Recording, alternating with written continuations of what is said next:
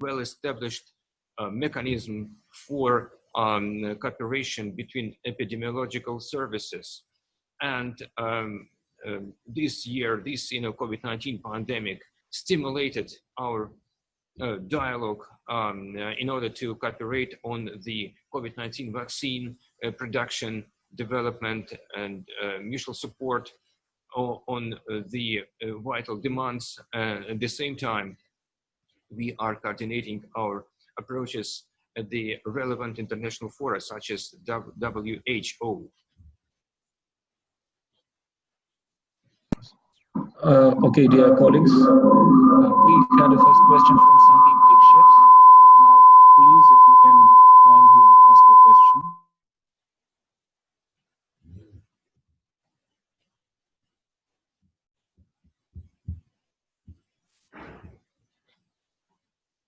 Hello.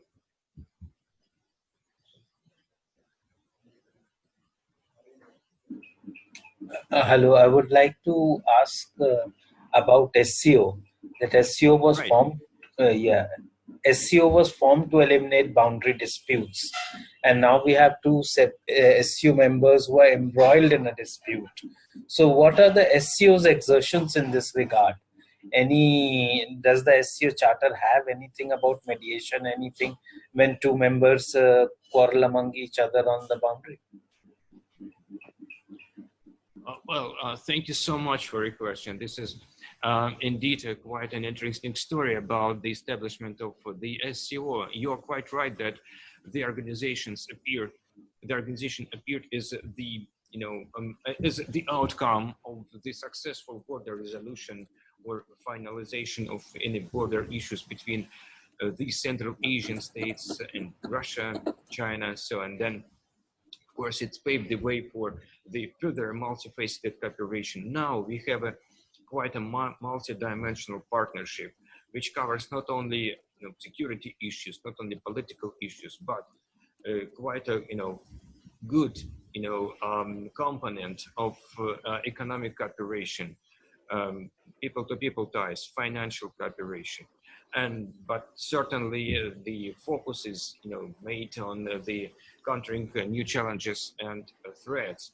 So, and when if you come to the SCO charter, it would clearly say that no bilateral disputes would be allowed to be involved into the agenda of the organization. So the important thing about SCO would be that this is quite a comfortable platform for expanding cooperation and common ground in order to build mutual trust and eventually create some conditions for expanding of the dialogue between the countries. Of course, we are witnessing a lot of important opportunities to use the sidelines of the SCO to go ahead with the bilateral dialogue. A very good example. We are very encouraged to know that Defense Minister Rajnath Singh and his Chinese counterpart, as well as Dr. Jai Shankar, would also meet his Chinese colleague on the sidelines of the SCO event. So, and we would encourage this outcome, so which could make a good impetus to provide further de-escalation and disintegration between in China in particular. At the same time, we are hopeful that some of the common ground between India and Pakistan, which is quite obvious in the framework of consensus-based SCO cooperation, would definitely involve both countries in the profound dialogue, ultimately within the organizations on various issues of mutual interest. Now, if we can kindly request Mr. Ranjit Kumar to ask a question. Hello, are you hearing me? Yes, please. Hi. Ranjit Kumar, good afternoon, sir. Good afternoon. Just a follow-up to the previous question. Is the Russian government or authorities are in touch with Chinese leaders on the developing border tensions between India and China?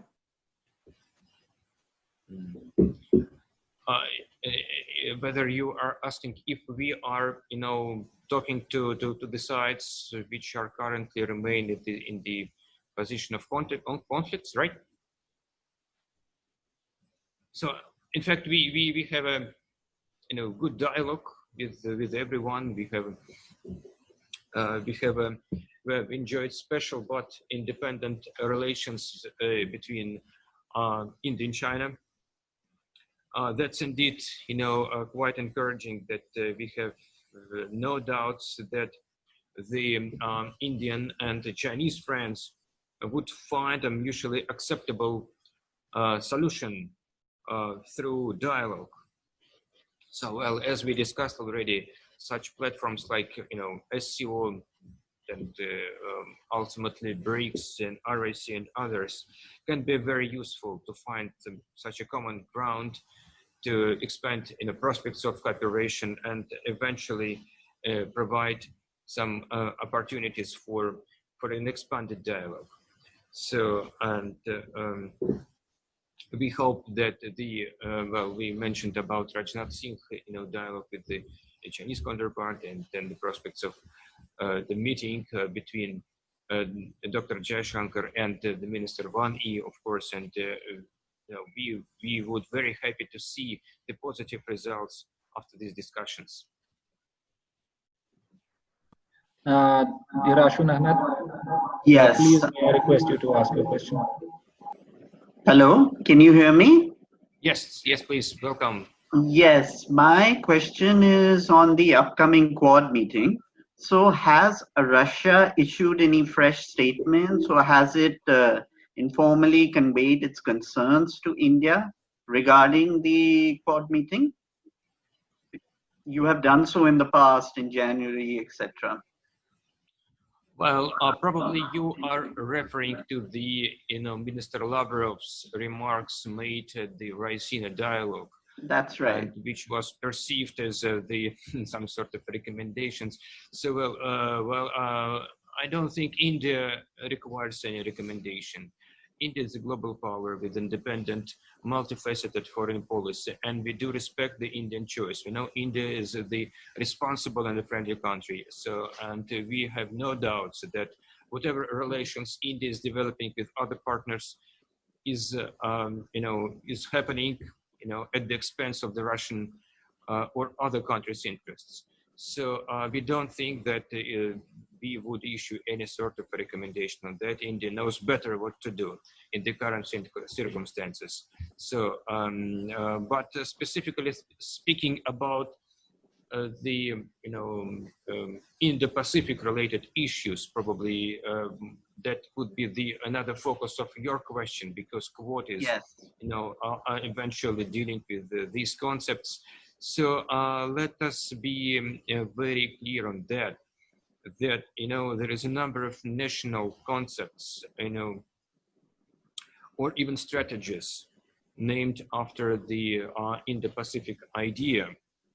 In order to make it regional, we need some more comprehensive, all-inclusive, open-minded and forward-looking dialogue.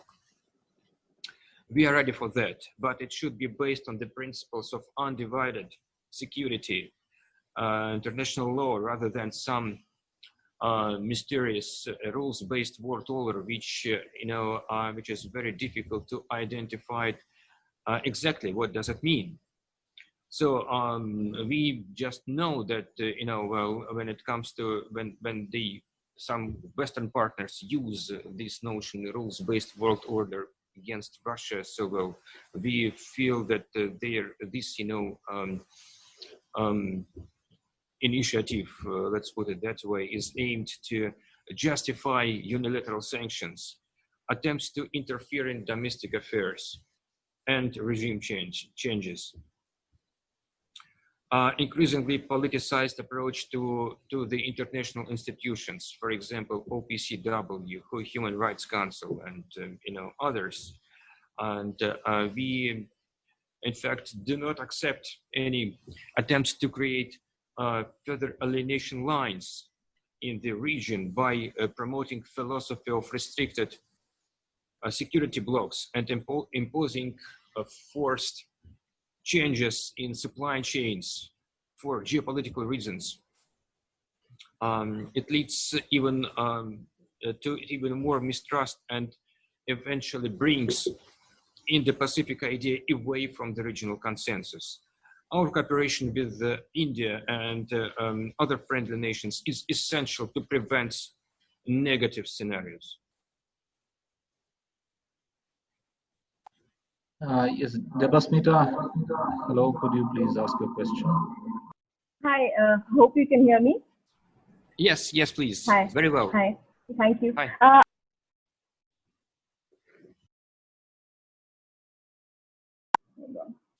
My question is related, you must be aware that recently Pakistan, last year Pakistan had proposed to submit 4 names to the UNSC 1267 Sanctions Committee, 4 Indian names to be listed in the global terrorist sanctions regime.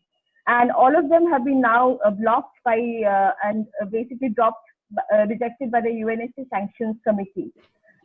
We were told that basically the blocking was done by Western countries, basically US, UK, Germany, Belgium, France. I was wondering if Russia had any role in that. Did you also basically ask for put any hold on it? Thank you. Mm-hmm. Thank you very much. You know, unfortunately, during the course of your questioning, there was some disruption in the sound. Well, please correct me if I'm wrong. You were asking about, did Russia play any role in, in the sanction committee vis-a-vis some, listed terrorists, right? Yes, this is about basically the 4 names that have been proposed by Pakistan, the 4 names of Indian nationals. That have been proposed by Pakistan, basically claiming that they should be listed in a sanctions regime, and they have, and all of them have been, and all of them have been, and then all of them have been blocked now. Right. Thank you very much. You see this, this is another just, testimony that, terrorism issue is larger than just some, doing something particular on the ground. So this fight against terrorism is happening on various multilateral platforms, including, of course, the Security Council of the United Nations and the United Nations sanctions committees. For us, it is of utmost importance because a lot of our efforts related to the fight against terrorism when it comes to the bilateral or multilateral cooperation, of course, is based on the United Nations approach and United Nations security charter principles and international law. So the sanctions committee activities, of course, pertain to all these endeavors. And we should say that, such kind of platforms should not be politicized. So it should be open for honest dialogue and keeping in mind that all countries should follow its commitments when it comes to even either for implementation of any particular decisions or the responsibility for such kind of decisions. Of course, Russia is, an active participant of these sanctions committees, and we encourage all nations for a balanced and impartial approach when it comes to the cooperation in such an important bodies like, United Nations sanctions committees.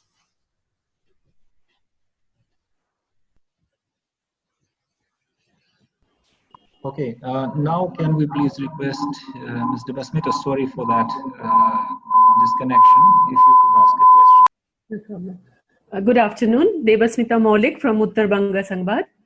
Recently, the Indian Department of Science and Technology has launched the India-Russia Joint Technology Assessment and Accelerated Commercialization Program in partnership with Federation of Indian Chambers of Commerce and Industry, FICCI, and Foundation for Assistance to Small Innovative Enterprises of the Russian Federation. The objective is, of course, to connect Indian and Russian science and technology-led SMEs and startups for joint work in research and development and for cross-country technology adaptation. If you could please update on the latest developments, future prospects, examples and details of project if possible. Thank you. Mm-hmm. Thank you for your question and for your interest. It is a tremendously important area because it would define the future of our technological partnership. And as we see under the example of the vaccine cooperation, so the prospects are just unlimited.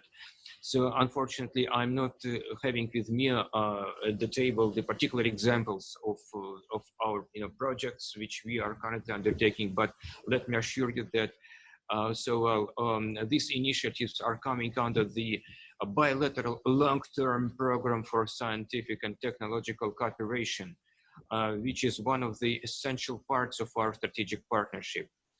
So, and moreover, we are expanding this cooperation involving, the experience of both countries, which is quite a solid one when it comes to the startups and innovation ecosystems. For example, so as far as we know, Skolkovo Foundation is very actively, approaching the Indian counterparts to invite for such kind of cooperation. Okay, Maha, can you please ask a question?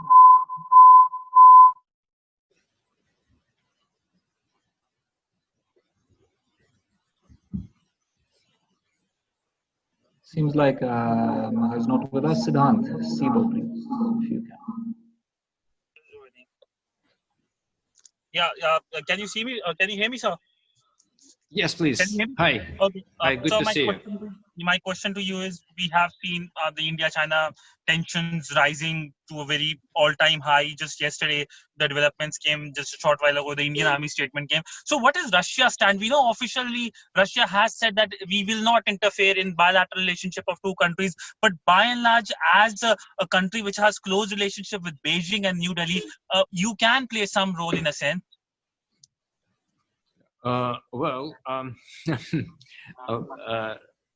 Responding to such questions, eventually I can ask you another question. So whether are you allowing anyone to interfere in your bilateral disputes?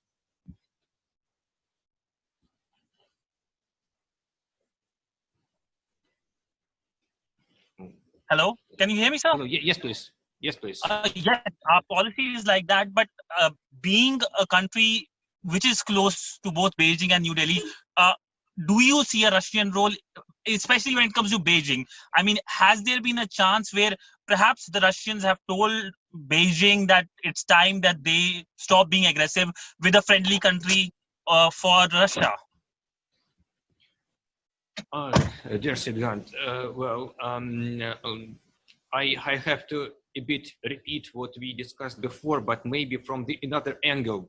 So let us put the situation in that way. So directly, of course, we are not, recommending or, advising so do so or not to do something, something particular at the border area. Of course, it's to the both countries to decide. Mechanisms are there.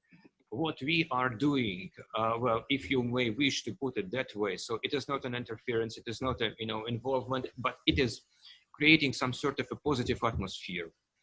By and large, we are promoting this very kind principle of political solution, diplomatic resolution of disputes.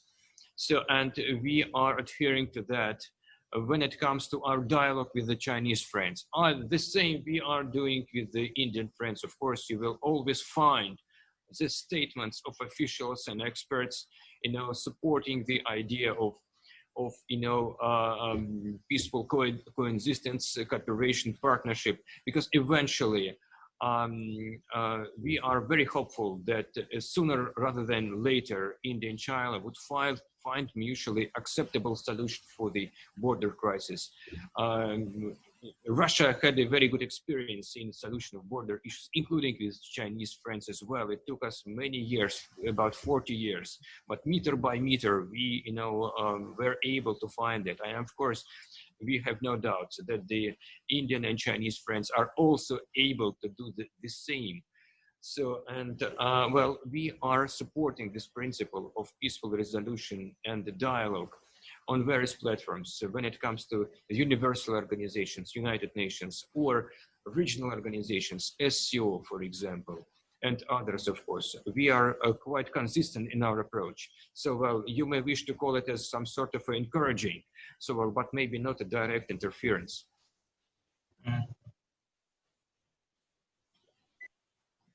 Sridhar, are you with us? Can you ask a question, please? Can you hear me? Right. Okay. Yeah. Yeah. Sir, my question. Good afternoon, sir. My question is, how concerned is Russia that a border war could actually break out between India and China? Do you feel that it is a very real possibility given the high levels of tension? The Indian foreign minister has also called the situation very serious, the most serious after 1962. Do you feel, what is the Russian estimate of the situation at the Sino-Indian border in Ladakh sector? Do you feel that there is a very real possibility of war breaking out between the two Asian countries? Thank you, sir. Thank you, Sridhar. Thank you very much for your question. So let us, repeat. I mean, just continue, this, situation, between India and China. So any escalation of tensions would be, quite, well, something which we should avoid, and the countries should avoid that, because both countries are global powers with global interest, with huge potential, with well, one of the strongest armies in the region, possessing nuclear weapons, and we are quite sure that Indian and Chinese friends are very responsible international players, and would find the way for the solution of this crisis. As far as Russian assessment is concerned, of course, well, let me reiterate that we would encourage every effort and every opportunity for dialogue between the two countries. So we would encourage and support all these endeavors, and we have noted that such comfortable platforms like SCO, for example, can be used for for the bilateral contacts as well. Which if you recall last week's Defense Minister Rajnath Singh,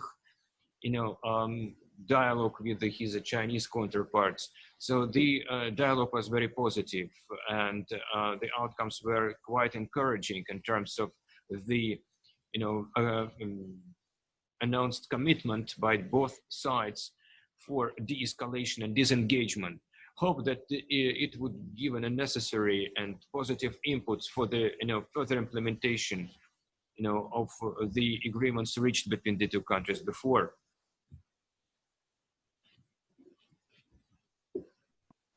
Abhishek, could you please ask a question? Yeah. Sir, hello, sir. I'm Abhishek from DD News. I have actually two questions. First, you have said that the bilateral relation between Russia and India should not be have some implication with India's bilateral relation with other countries. In that context, how do you see India withdrawing from this Russia-led military exercise, where it was said that India had some apprehension because China and Pakistan were also part of that. So has it started affecting India-Russia bilateral ties also? And also, my second question is in reference to Pakistan. It was said during the visit of our Defense Minister Rajnath Singh to Moscow that Russia will not be having close military ties with Pakistan in terms of supplies of armaments and other stuff. So will that be also implemented or reflected in no more further military exercise in Pakistan? Thank you. Thank you very much for this important question. So let me start with the bilateral component, which is quite important, and which would give you a picture on the the nature of the Russian-Indian strategic partnership, which is quite unique. The practice of exercises, bilateral, multilateral, this is something which is very usual thing in our defense partnership when it comes to the bilateral contacts or multilateral engagements under the various multilateral initiatives. So whatever we know that the Indian decision was made because of the coronavirus situation. So that's the explanation we have got, and we have no other reasons to discuss on that. So we have an unofficial statement by the Indian Prince. So and we respect this decision. It is a sovereign decision. So and we hope that India would join for these exercises next time. So and we were quite encouraged by the outcomes of the bilateral dialogue which happened on the sidelines of the SCO defense ministers meeting between Minister Rajnath Singh and his Russian counterpart, Minister Sergei Shoigu. So, and who discussed, in fact, the whole spectrum of defense ties when it comes to the joint exercises, military and technical cooperation, capacity building, information exchange, and the dialogue on various issues, including, of course, joint response to the challenges and threats. And let me briefly highlight that among the major announcements was the sides are just standing on the final stages of conclusion of the mutual logistics support agreement, which is expected to be finalized soon. Then we are also dedicated to strengthening our maritime cooperation, including in the Indian Ocean. As far as major defense deals is concerned, the focus, in fact, is made on to a considerable extent, due to the cooperation with Russia, India is becoming an advanced arms exporter. The Indian pavilion at the recent Army 2020 Expo in Russia attracted a lot of attention, and it would be also right to say that the sky is the limit for our mutually beneficial partnership.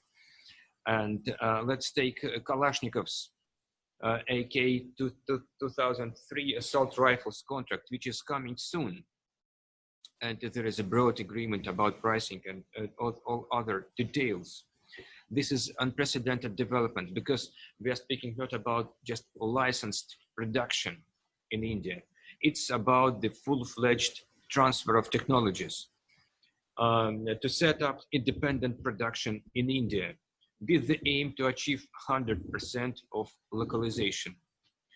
BrahMos missiles are remaining an exclusive weapon enjoying capacity for further modernization and ready for re-export. See, the formal approval is also coming. Then everything is now ready to practically implement the agreement on joint production and co-development of spare parts for the military hardware, including the option to set up regional maintaining centers in India.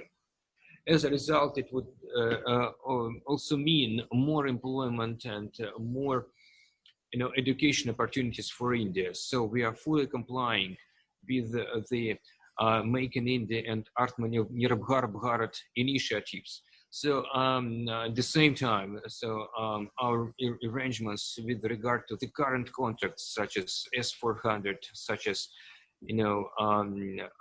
portable anti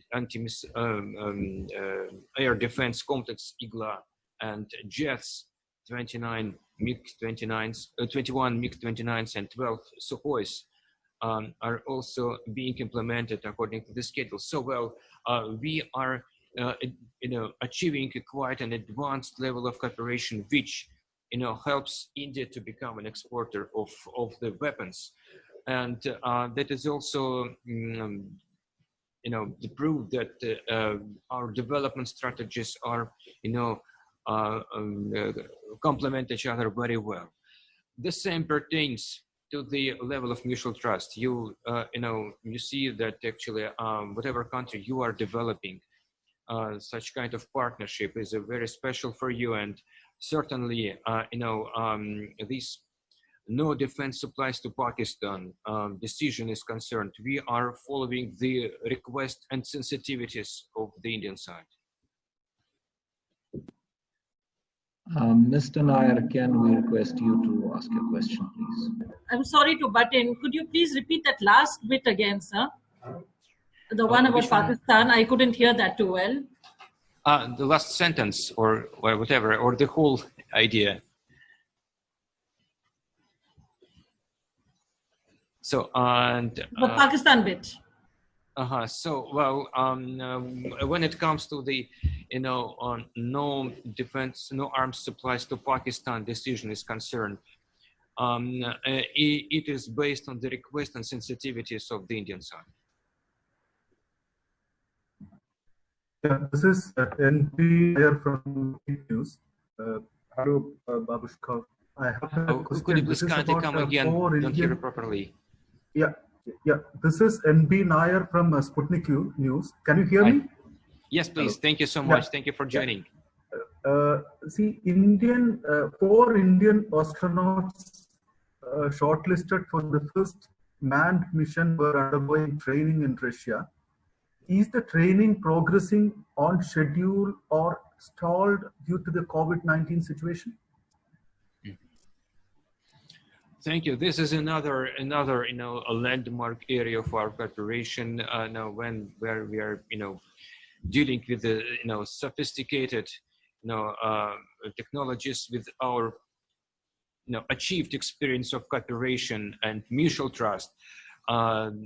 This is the project which is paid a huge attention in Russia, and as far as we know here in New Delhi, that this program is implemented according to the schedule and quite successfully. We are wishing the Indian candidates every success so that they could benefit maximum, staying in Russia for this purpose, and contribute further to the successful implementation to the Indian space programs.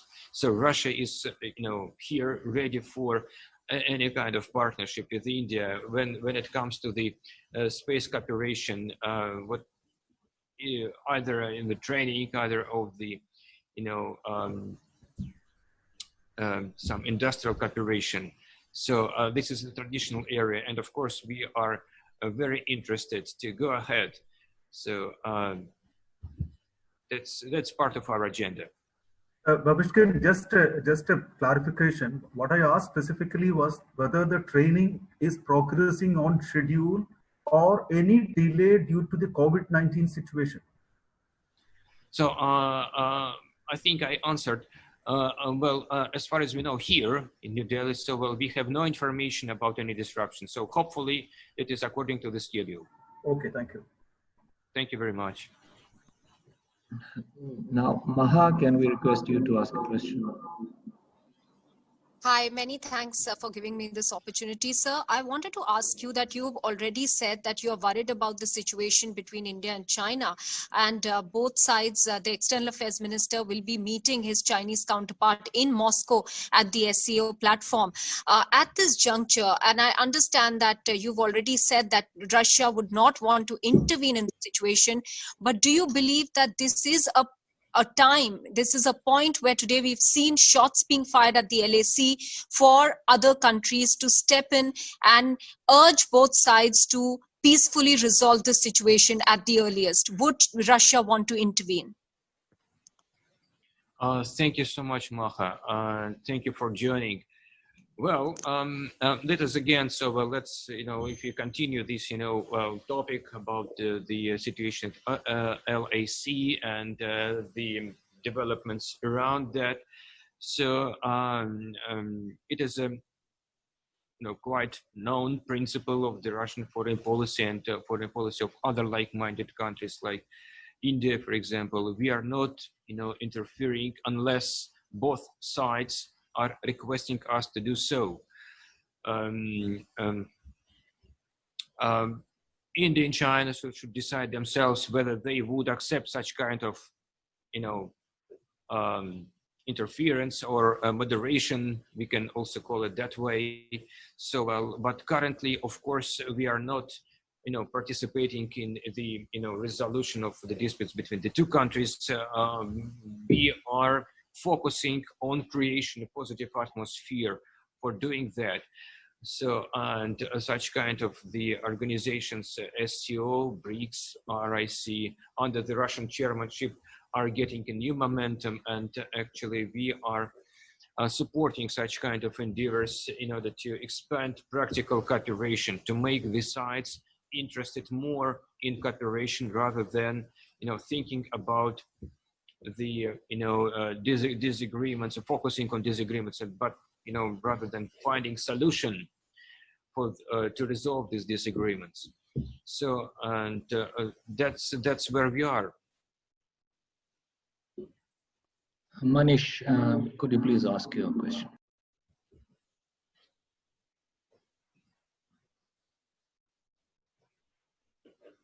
Unmute, please. We can't hear you.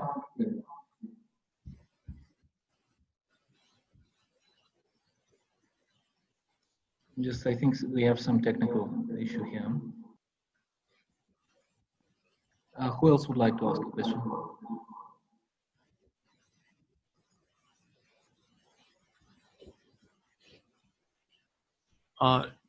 No questions. So probably. Evgeny, may I ask a question? Yes, I think.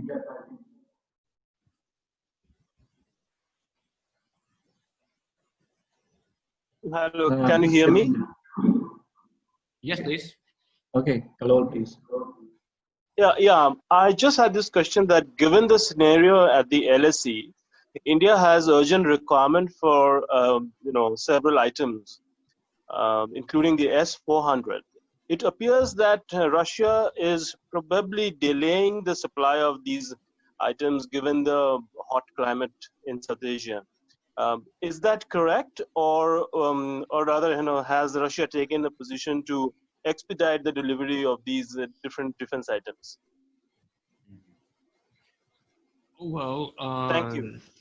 Yes, thank you, Kalol. Thank you for your questions. So, well, as we already discussed it today before, the delivery of S-400 defense systems, air defense systems, are being conducted according to the schedule, or even there is if there is a request from the Indian side to expedite it, the Russian side will do its best to satisfy the requirements of from India. But let us not forget that these are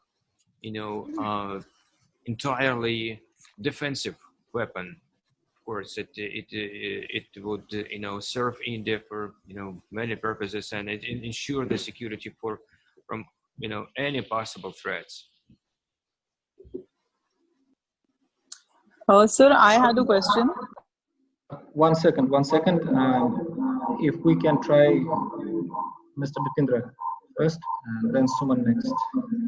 If Mr. Manish. Thank you, Evgeny, for this opportunity to ask a question.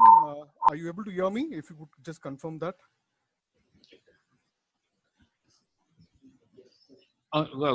Yes, we are trying to.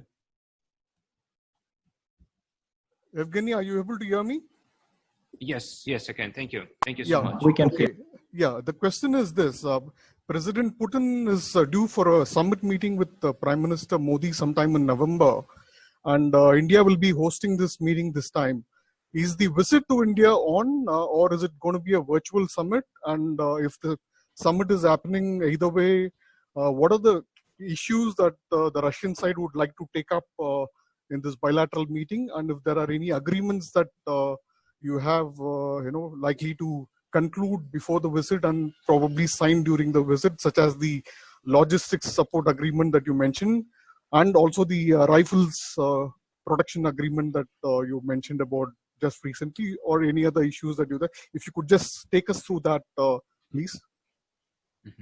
Thank you very much for your interest. So that's, probably the central event for us here in New Delhi, who are dealing with the development of bilateral partnership. First of all, so and we do expect, we're very hopeful that that would be face-to-face format, and it is planned for the mid of October. So let us hope that it will happen according to the schedule and previous plans. So otherwise, of course, we should keep in mind the pandemic situation in both countries, and whatever it comes to the the second wave or further spread of this disease. Of course, we will have to adjust our schedules like we did already since the beginning of this year. So we would be prepared for any kind of option.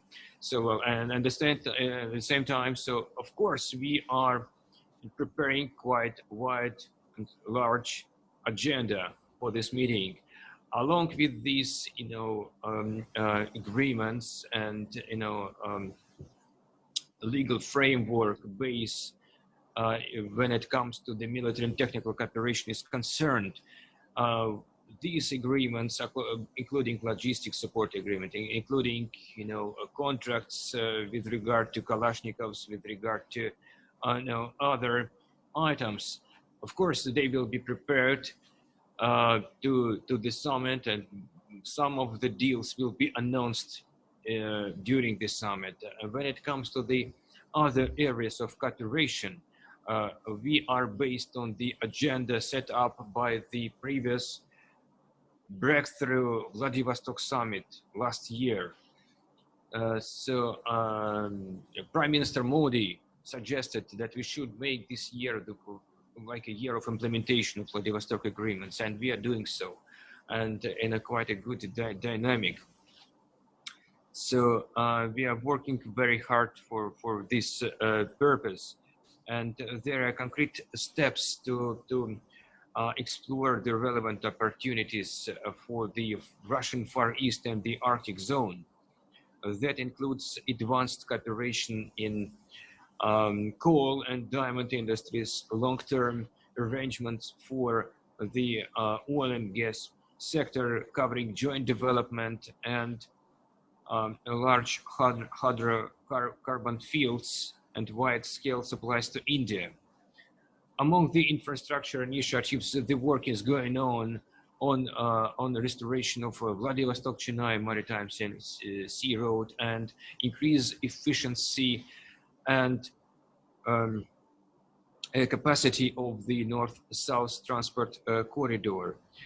We also expect progress related to the conclusion of the FTA between India and Eurasian Economic Union.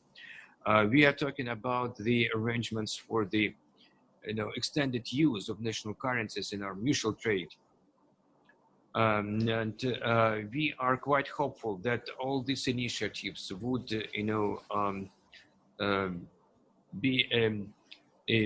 would constitute a solid solid next step towards the implementation of the leaders announced initiative to upgrade our trade turnover by 2025 up to $30 billion US.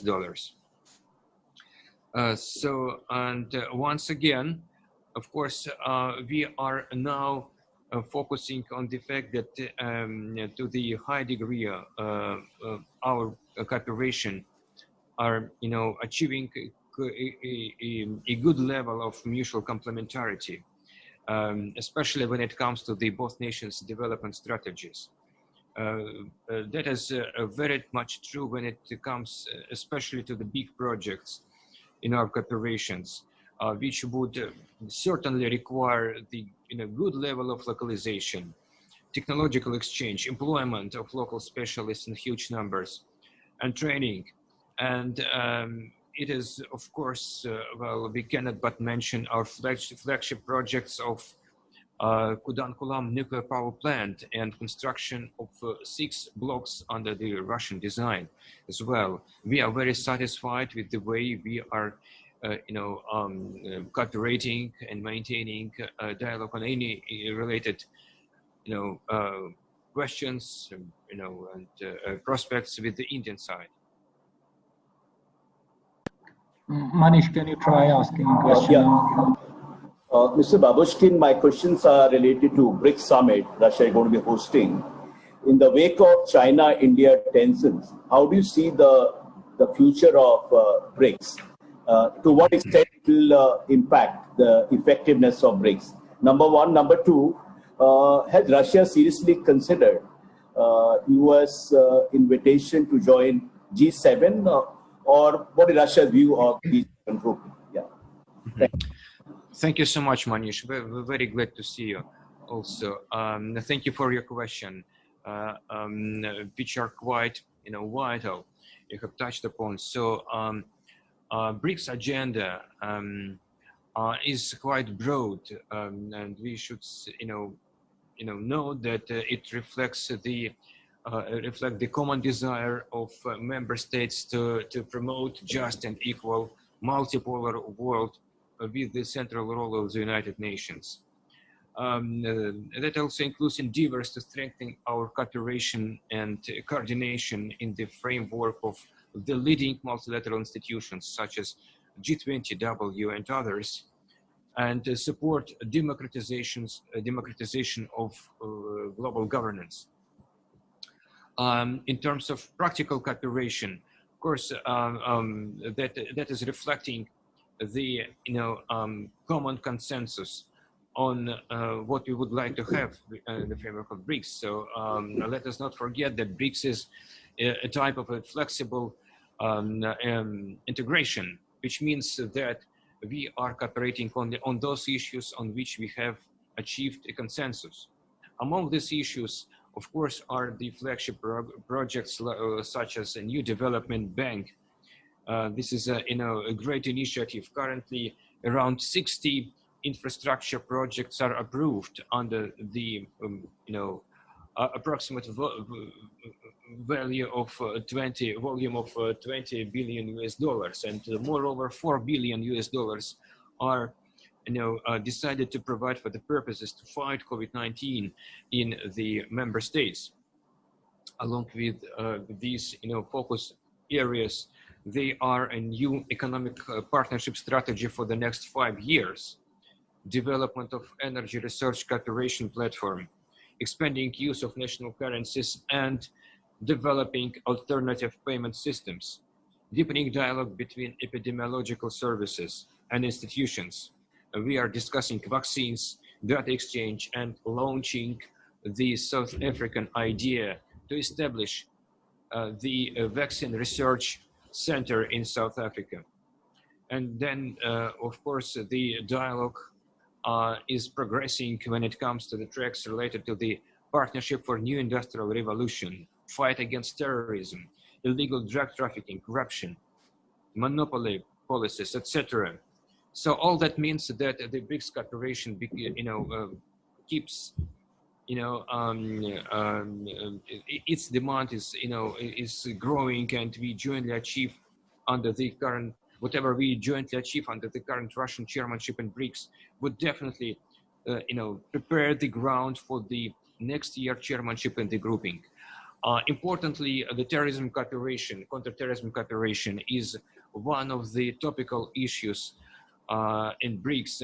And let me share that We are also working on the BRICS counterterrorism strategy, which is currently approved at the expert level and will be then adopted by the leaders. So what is important to know about that? So it is based on the international law, principles of the UN Charter and resolutions. It will increase cooperation in order to promote comprehensive implementation of the UN counterterrorism strategy, as well as early adoption for the Comprehensive Convention on International Terrorism, which is initiated by India. In practical terms, it would encourage cooperation between law enforcement agencies, mutual legal assistance and extradition, facilitate research and development measures. We will further accelerate anti-terrorism working group activities now involving subgroups on issues dealing with the foreign terrorist fighters, de-radicalization, countering financing of terrorism, misuse of internet and terrorist purposes, capacity building, and others.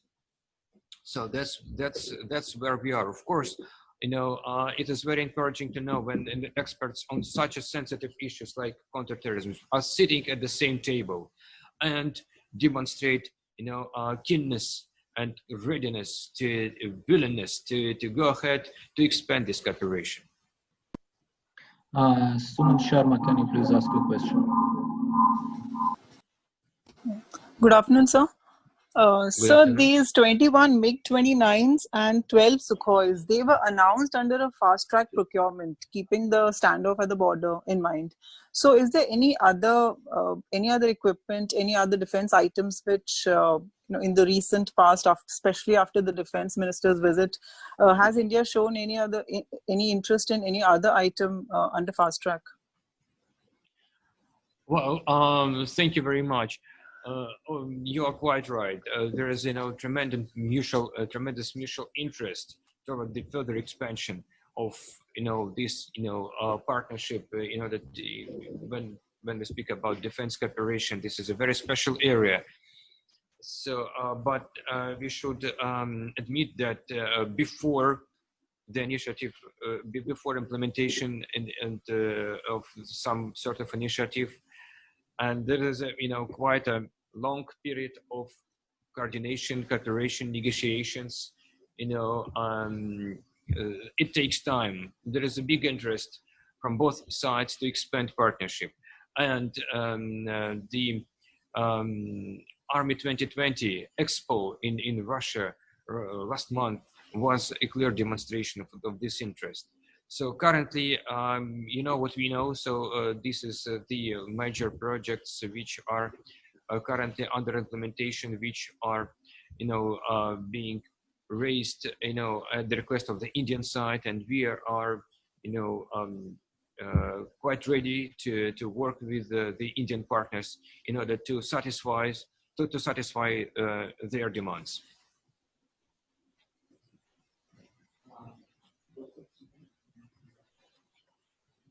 Dr. Suman, can you please ask a question? Yeah. Hi. Hi. Hi. How are you? Good. Thank you. How are you? It's true that you told that unless China and India request you to negotiate or interfere into the issue, but this is also fact that both India and China are in three very exclusive organizations: BRICS, RIC, and then SCO. And now Pakistan is also in SCO.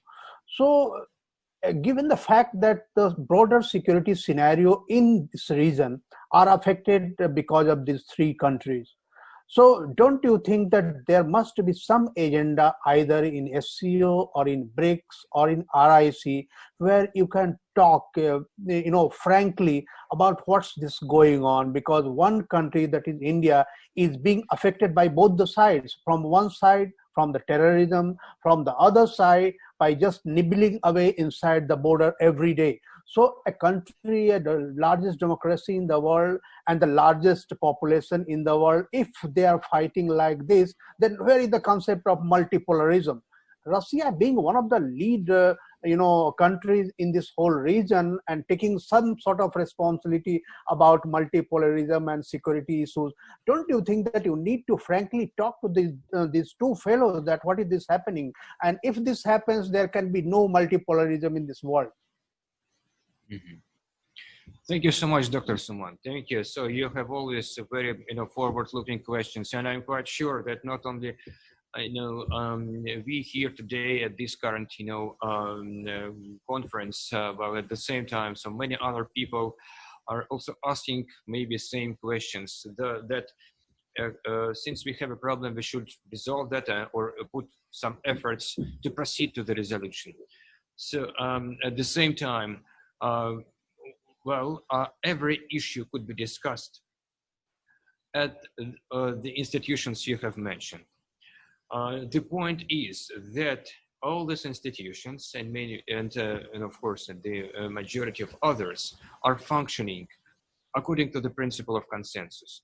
We need to understand whether all the other participants are ready and willing to discuss all these issues. We should respect them as well. So then we are also following the rule that any bilateral disputes are not discussed at this SCO, for example, organization. So and at the same time, if you wish Russia to expand its vision for the peaceful solution and stability in the region, we are promoting these ideas on every level and every platform when it comes to multilateral institutions or bilateral dialogues. We are discussing all these issues and clarifying our approach, which is based on the international law and the principles of the United Nations Charter, advising us not to interfere in the domestic affairs, advising not to use of force and threat of force, advising us to follow the collective efforts when it comes to the big challenges and threats. So when we speak about particular issues between the countries, so of course we would encourage these particular countries for a dialogue, or at least and I think that Russia is quite successful in this regard. So at least encourage this dialogue in the multilateral formats. Any kind of dialogue would be very important. It is always better than escalation, and that would eventually expand the common ground between the countries and in practical cooperation. That would really encourage for finding a solution, as we hope.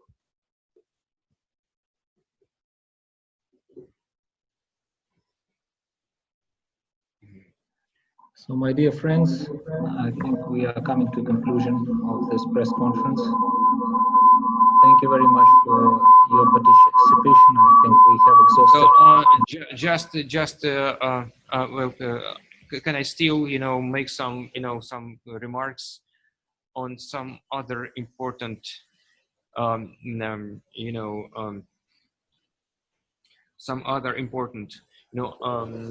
items which are currently at the agenda, and I think that it would also be of your interest as well. So next year, India is getting the status of the non-permanent member of the Security Council, and it is in our take it as a welcoming step. It would naturally enhance our cooperation and like-minded coordination on all the United Nations related issues. The Indian reputation as the responsible global power would certainly play a positive role in strengthening the UN-led collective efforts in dealing with global and regional challenges and threats, ensuring stability and sustainable development based on the United Nations Charter and international law. Obviously, we expect that it would give some important impetus to the United Nations reform-related, initiatives, including the expansion of the United Nations Security Council. It would require a maximum broad consensus focused on empowering developing countries in Asia, Africa, and Latin America in order to ensure geographically balanced expansion. At the same time, we reiterate our support to the Indian candidature to the permanent membership in the Security Council. That is something which we also are thinking about that, and the dialogue between the two sides is being maintained even now for, on the United Nations Security Council. It is, maintained at the in the United Nations missions of our countries, in particular headquarters, and further consultations, bilateral consultations, are planned later this year.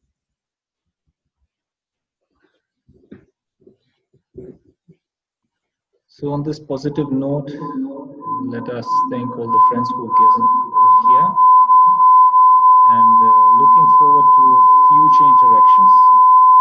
Thank you. Thank you so much, and I hope that it was beneficial for you. Let's continue if you're interested. If you have some particular, individual issues, let us, please kindly address it to us, and we will, try to do our best to respond in the maximum effective way which would be beneficial for you. Thank you so much. I'm very happy to see all of you. Long time. Let's continue our cooperation. Thank you. Thank you.